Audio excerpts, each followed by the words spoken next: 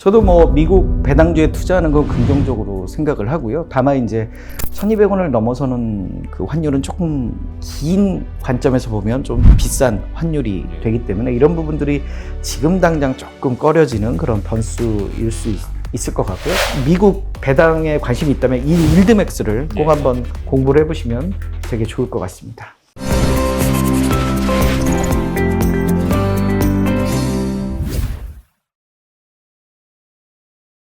사실 또 오늘 또 주제를 배당주 위주로 말씀하신 김에 오늘의 어떻게 보면 배당주 투자자들 입장에선 올해 그 국내 투자 환경이 좀 많이 변화가 있었는데요.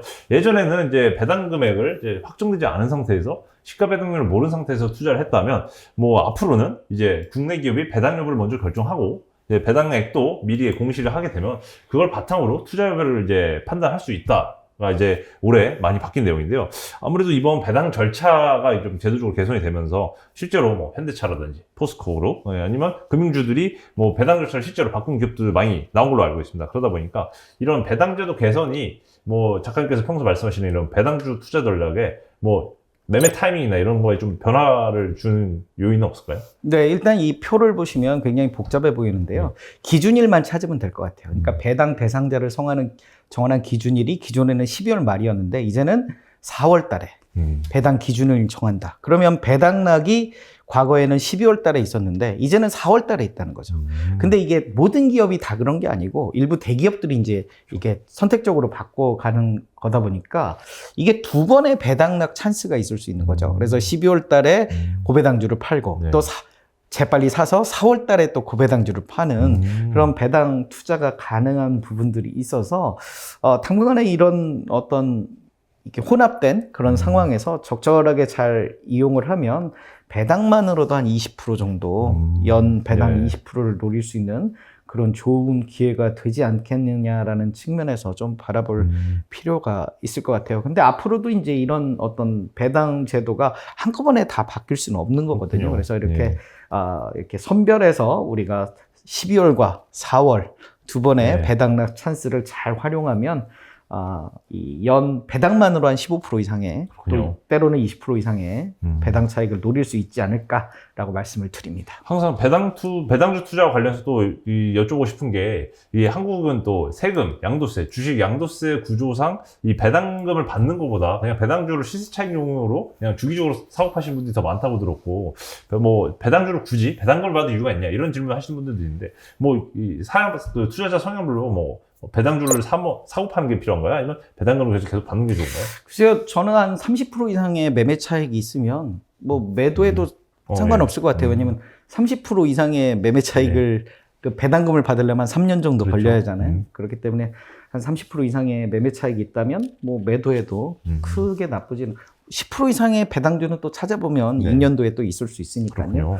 한 30%에서 한 50% 정도의 차익을 얻었다면 이렇게 매도도 해볼 수 있는, 사실 즐거운 선택이에요. 이래도 좋고 저래도 좋으니까. 그래서 10% 이상의 배당을 받는다면 꾸준하게 받을 자신이 있다면 뭐 계속 롱텀하게 가져가는 것도 방법일 수 있고요. 다만 이제 한 30% 이상 뭐 차익을 얻었으면 뭐 단기적인 관점에서는 매도해도 나쁘지 않다라고 말씀을 드릴 수 있을 것 같아요. 알겠습니다. 뭐 배당주 굳이 투자하실 분들은 사실 요즘 ISA라든지 뭐 비과세, 배당 그 소득세가 부과되지 않는 상품 많이 계좌를 활용하시는 것 같은데, 그런 거 알아보셔서 배당주 투자하시면 배당금 받는 것도 나쁘진 않은 것 같습니다. 또 아무래도 최근 배당주 투자로 좀 생각을 하다 보니 뭐 최근에 뭐 아까도 커버드콜 말씀 주셨지만 이 일부 요즘 이제 한국 사람들이 이제 미국 주식도 직접 하시면서, 예를 들면 테슬리가 별명이죠. 일드맥스 테슬라 옵션 인컴 스트래터지 ETF. 이게 뭐 월배당으로 테슬라에 대해서 개별 옵션에 대한 뭐 변형 커버드콜 ETF라는 건데, 무려 시가 배당률이 60% 이렇게 다르기 때문에 많은 분들이 약간 이 배당주에서 투자에 전형적인 스타일이 안정적인 투자보다는 약간 좀 한 방을 노리시는 배팅하는 경향이 많은데, 그거 말고도 미국 주식에는 또 안정적으로 배당왕 종목들 같이 50년 이상 뭐 길게 안정적으로 배당감 늘린 종목이 있다 보니까 굳이 배당주 투자를 위해서 한국 주식만 고집할 필요는 없지 않냐 이 생각을 많이 하시고, 미국 주식을 좀 추천해달라 이런 말씀도 들으실 것 같은데 어떠신가요? 저도 뭐 미국 그 배당주에 투자하는 건 긍정적으로 생각을 하고요. 다만 이제 매매 차익 측면에서는 어찌됐든 좀 세금을 내는 부분들이 있고, 두 번째로 이제 환율이 최근 들어서 1,300원대 중반까지 가서 평균적으로 1,200원을 중간치라고 보면요. 1,200원을 넘어서는 그 환율은 조금 이제 긴 관점에서 보면 좀 비싼 환율이 예. 되기 때문에 이런 부분들이 지금 당장 조금 꺼려지는 그런 변수일 수 있을 것 같고요. 다만 이제 장기적인 관점에서 미국의 어떤 그 배당주들은 배당 성장주라고 볼 수 있을 것 같아요. 그러니까 배당 수익률 자체는 높진 않지만, 한국보다 높진 않지만 꾸준하게 배당을 늘려가고, 그런 부분들이 장기적인 관점에서 뭐 올해 예를 들면 뭐 1달러를 받았다면 내년은 1.2달러 이런 식으로 계속 늘려간다는 부분에서 그런 점이 상당히 매력적인 부분인 것 같고요. 우리가 10년 이상 뭐 배당금을 증액한 기업은 배당 성취주, 뭐 25년 이상 뭐 배당액을 증가한 건 배당 귀족주, 또 50년 이상은 배당 왕, 뭐 이렇게 이야기를 하잖아요. 그런데 프록터 앤 갬블은 66년, 뭐 이렇게 꾸준하게 뭐 배당을 올리기도 했고요. 다만 이제 우리 그 ETF 중에 KB스타 S&P 미국 배당 킹, 뭐 이런 ETF 있는데요. 그 KB에서 발표한 자료에 의하면 연간 배당 기대 수익률이 한 3.2% 정도 돼요. 그렇기 때문에 이렇게 배당 그 킹 종목이라고 해도 이렇게 높은 배당 수익률을 올리는 건 아니고, 이 어떻게 보면 좀 아쉬운 부분이기도 하거든요. 그래서 우리가 이 아이투자라는 그 신문에서 발표한 안정적 배당주 10선, 뭐 이렇게 해서 이제 최근 들어서 9월 18일 종가 기준으로 한 10종목 추천을 했는데요. 배당 수익률이 한 5%대, 4%대 뭐 이 정도 되는 거죠. 그렇기 때문에 국내 기업과 굳이 따지면 배당 수익률, 당장의 배당 수익률은 좀 아쉬운 부분들이 있지만, 뭐 꾸준하게 배당을 늘려간다는 그런 측면, 그리고 주가의 상승 측면, 두 가지 측면에서 바라본다면, 뭐 길게 본다면 미국 배당주들도 굉장히 매력적인 이런 부분들이 분명히 있을 것 같고요. 특히 그 지수의 어떤 지속적인 상승 측면을 우리가 또 보면, 예를 들면 우리가 코스피 2009년부터의 이 고점 기준으로 보면 한 3배 정도 올랐어요. 한 992부터 3,316까지. 근데 그 나스닥 같은 S&P 500 같은 경우는 666에서 4,800. 그리고 나스닥은 더 화려하죠. 1,200부터 16,000. 10배 넘게 오르고. 이런 어떤 지수의 상승 이 구도를 볼 때 결국은 배당이냐, 배당 성장이냐, 이 부분을 놓고 본다고 보면 미국의 어떤 성장성, 이런 부분들, 특히 우량 종목 위주로 전 세계 글로벌 우량 종목들을 두기 때문에 당장의 배당 수익률은 좀 낮을 수 있지만, 긴 호흡으로 본다면 미국 어떤 배당주에 투자하는 것도 롱텀하게 보면 굉장히 긍정적인 모멘텀이다, 이렇게 말씀을 드릴 수가 있어요. 여기서 이제 우리가 커버드 콜 얘기를 안 할 수가 없는데요. 이 커버드 콜 굉장히 생소하고 어려운 그런 단어예요. 그 콜을 커버한다, 뭐 이런 뜻인데요. 여기 보면 우리가 보통 이 금융공학에서 주식 매수는 이렇게 긴 선으로 얘기를 하고요. 콜옵션 매도는 이렇게 이 그래프가 돼요. 그 두 가지를 합성을 하면 이 풋 매도와 같은, 이렇게 풋 매도와 같은 그래프가 나오거든요. 이게 이제 커버드 콜이라고 하는데요. 풋 매도기 때문에 이 주가가 상승을 해도 이 미리 팔아버렸기 때문에 옵션 매도에 주가가 너무 많이 올라도 이 하나의 효과가 없어요. 그러니까 이 어떤 이익 폭을 이렇게 한정을 좀 하는 거고요. 반면에 이제 주가가 하락할 때 상대적으로 주식 매수보다는 여기에 있는 선만큼 이제 좀 프리미엄이 붙는 거죠. 이익을 보는 거죠. 하지만 이 커버드 콜도 결국은 주가가 많이 하락을 하면 결국 뭐 손해를 보는. 그러니까 주식 매수보다는 옵션이 좀 붙어서 조금 덜 손해를 보지만 손해를 보는 이런 구조이긴 하거든요. 그래서 이 커버드 콜 ETF 같은 경우는 가장 좋은 게 주식시장을 횡보할 때, 그러니까 요 구간에 있을 때 꾸준하게 수익을 얻는 그런 모습이거든요. 그래서 너무 많이 내리거나 너무 많이 오르는 거는 별로 매력적이지 않고요.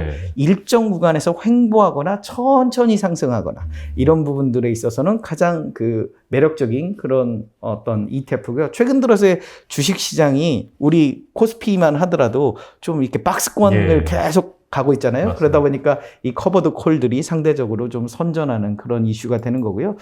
우리 그 ETF 중에서도 커버드 콜 ETF들이 지금 굉장히 예. 그 선전을 하는 연간 분배율이 10%에서 한 예. 8%대 되는 그런 측면들이 있는데 다만 이제 그 주식 시장이 변동성이 굉장히 크게 일어나서 예. 아예 급등을 해버린 거나 아예 급락을 하면 조금 주가 측면에서는 예. 손해를 볼 수 있는 그런 부분들도 있다 말씀을 드리고요. 마지막으로 이제 그 일드맥스. 예. 우리 일드맥스 사이트에 가면 총 한 12개 정도 이렇게 ETF들이 이게 예. 최근 한 1년 작년 11월부터 나왔으니까요. 네. 앞으로 이제 꾸준하게 개별 종목에 대한 커버드 콜 ETF들이 나올 것 같아요.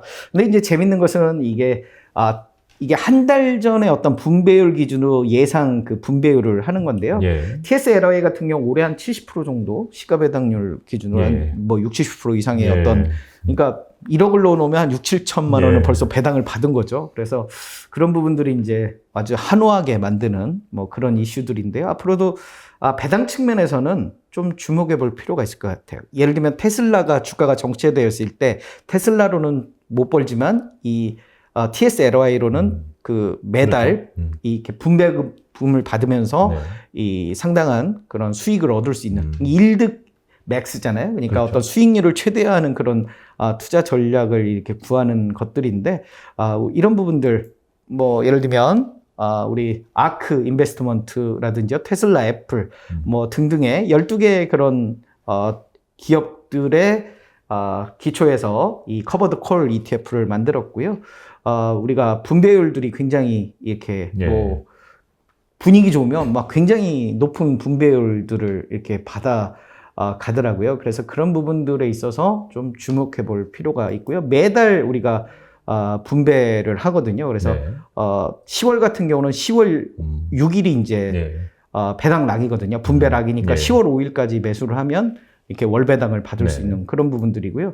우리가 이제 대표적인 게 이제 TSLY 보시면 테슬라랑 비슷한 어떤 테슬라가 오르면 같이 이제 예. ETF의 어떤 수익률도 좀 올라가고요. 뭐 그렇지만 테슬라가 강한 모멘텀을 상승을 갖는다 하면 이 본주를 가지는 것보다 좀 그렇게 그 매매로 인한 수익은 작을 수가 있어요. 네. 왜냐하면 이 매매 상단, 수익 상단을 묶어놨기 때문에. 하지만 배당 측면에서 바라봤을 때는 뭐 연 5, 60% 받을 수 예. 있기 때문에 한 2년 배당 받으면 투자 원금이 되잖아요. 예. 그런 측면에서 좀 주목해 볼 수 있다. 다만 높은 변동성 예. 그리고 주가가 막 출렁출렁 할 때에는 예상치 않게 배당이 좀 적을 수 있다라는 부분들도 좀 고민을 해보실 수 있겠다. 알겠습니다. 다만 뭐 미국 배당에 관심이 있다면 이 일드맥스를 꼭 예. 한번 공부를 해보시면 되게 좋을 것 같습니다.